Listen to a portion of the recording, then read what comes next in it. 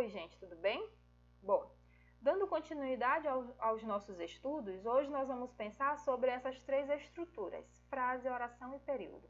Nós vamos pensar sobre como nós podemos perceber a presença da frase, da oração e do período nos nossos atos de comunicação do dia a dia, se isso é possível ou se se trata apenas de nomenclaturas realmente, que a gente só vai encontrar na gramática, que não vão se relacionar com as nossas práticas cotidianas. Qual a importância de nós estudarmos sobre isso?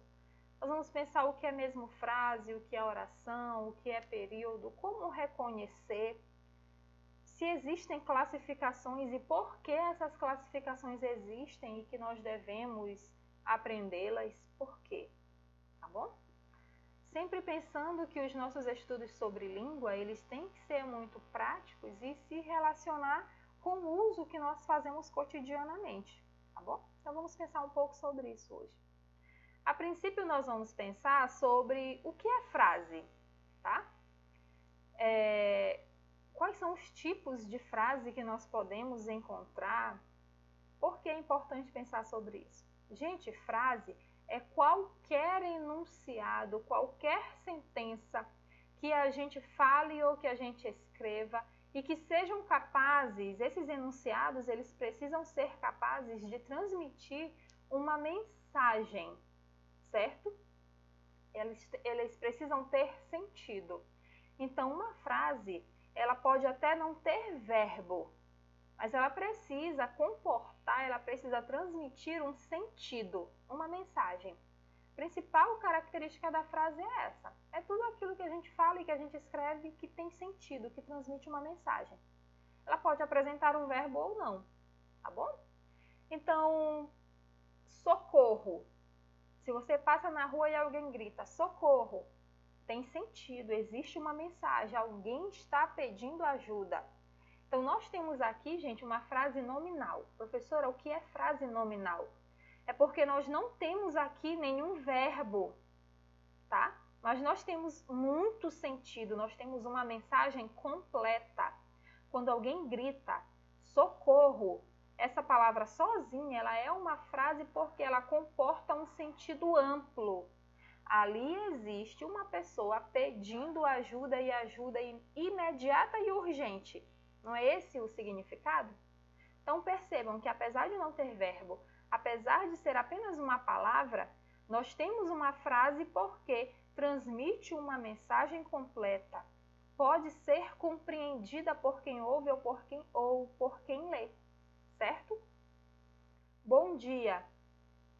Também é uma frase nominal, também não tem verbo, mas transmite uma mensagem e nos ajuda a estabelecer atos de comunicação, certo? É um cumprimento comum no nosso dia a dia, é uma frase nominal, tá? Perceberam como as frases nominais são presentes no nosso dia a dia, na nossa comunicação cotidiana? A única diferença é que agora nós temos um nome específico para elas. Nós vamos pensar de uma forma diferenciada sobre essas falas que nós produzimos, que nós escrevemos no nosso dia a dia, tá? Nada de conversa. Aqui nós temos também uma frase nominal. Nós não temos nenhum verbo, mas nós temos uma sentença completa, uma mensagem a ser compreendida e, mais do que compreendida, até obedecida por quem ouve ou por quem lê, certo? Então, vamos pensar. Frases nominais não apresentam verbo. Frase é qualquer enunciado que é produzido na fala ou na escrita e que comporta, que transmite um sentido, uma mensagem, certo?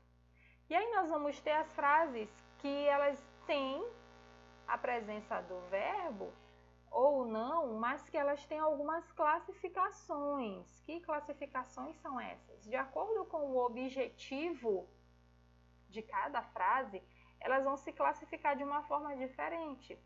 Por exemplo, quando nós temos uma declaração, que pode ser afirmativa ou negativa, a gente vai dizer que essa frase ela é declarativa, ela declara alguma coisa, é o objetivo dela. Eu digo assim, todos estão na sala.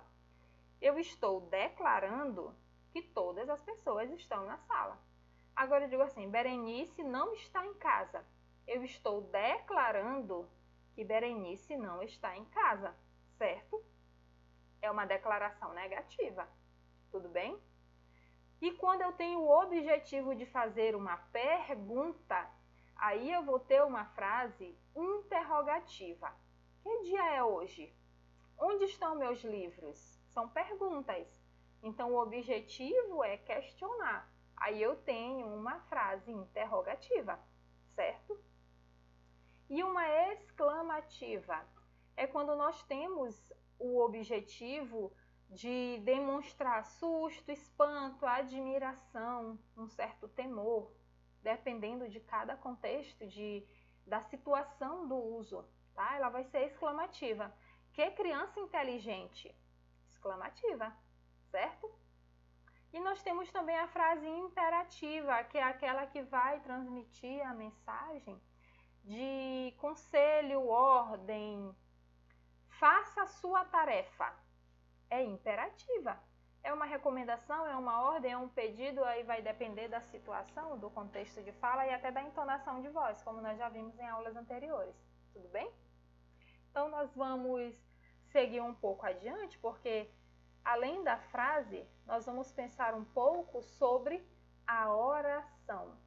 Gente, a oração é aquele enunciado que obrigatoriamente tem um verbo. Lembram que a frase ela pode ser nominal, ou seja, ela pode não apresentar um verbo, mas a oração, diferentemente da frase, ela obrigatoriamente apresenta um verbo em sua composição. Tudo bem? Então, Berenice viajou ontem. Aqui nós temos o verbo, a ação realizada por Berenice viajou. Então, nós temos uma oração. Nós consultaremos o especialista amanhã. Consultaremos é a ação a ser realizada pelo sujeito nós. Então, nós temos aqui também uma oração. O verbo consultaremos configura a presença de uma oração, tá? Eles fizeram as tarefas bem cedo. Então, aqui nós temos também uma oração, porque fizeram é a ação realizada pelo sujeito eles, certo? Então, vamos perceber a diferença. A frase, nem sempre ela vai apresentar um verbo. A frase, ela pode ser uma frase nominal, como nós vimos os exemplos anteriormente. A oração é diferente. Só é a oração se apresentar um verbo em sua estrutura, lá na sua composição, tudo bem? Então, a oração, obrigatoriamente, ela gira em torno de um verbo. Ela acontece quando nós temos a presença de um verbo. Tudo bem até aqui? Então, vamos seguir. Nós temos o período. O que é o período? Gente, o período é uma estrutura que é constituída pelas orações, tá bom? E aí, o período ele vai ser simples ou ele vai ser composto. Quando ele é simples e quando ele é composto, professora? Isso aí depende da quantidade de orações que esse período tem. Então, quando a gente tem só uma oração, ele é simples, tá bom? Tudo aquilo que tem só um elemento é simples, tá? Por exemplo, Berenice chegou cedo do trabalho. Qual é o verbo, qual é a ação realizada pelo sujeito Berenice? Chegou. Nós temos alguma outra ação realizada pelo sujeito Berenice? Nós temos aqui a presença de algum outro verbo? Não. Só tem uma ação, só tem um verbo, chegou. Então, aqui nós temos um período simples, porque nós temos só uma oração. Tudo bem? Eles visitaram os avós. O sujeito eles também só realizou uma ação, visitaram. Sujeitos, período simples. Ninguém encontrou o caderno de Berenice. Encontrou.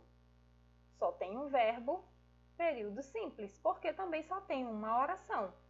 E quando ele é composto, vamos perceber que esses períodos, quando nós acrescentamos verbos, quando nós acrescentamos orações, ações, eles não serão mais simples, eles passarão a ser compostos. Berenice chegou cedo do trabalho, mas saiu em seguida. Então, nós temos aqui a ação chegou, mas agora nós temos também a ação saiu. Então, nós temos dois verbos, duas orações. Portanto, nós temos agora um período composto. Perceberam a diferença? Então, o que era um período simples porque tinha só uma oração, só um verbo, agora nós acrescentamos mais uma ação.